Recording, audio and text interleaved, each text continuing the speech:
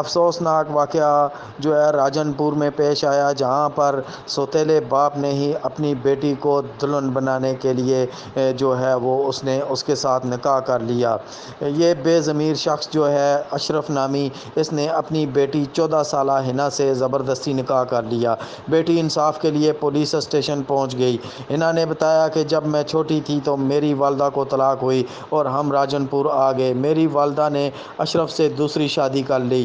جب میں بڑی ہوئی تو اس نے میرے پر نظر رکھی ہوئی تھی اور اشرف نے میرے ساتھ زبردستی نکاح بھی کر لیا۔ اب جسے میں ابو کہتی تھی اسے اب میں اپنا شوہر کیسے مان لوں؟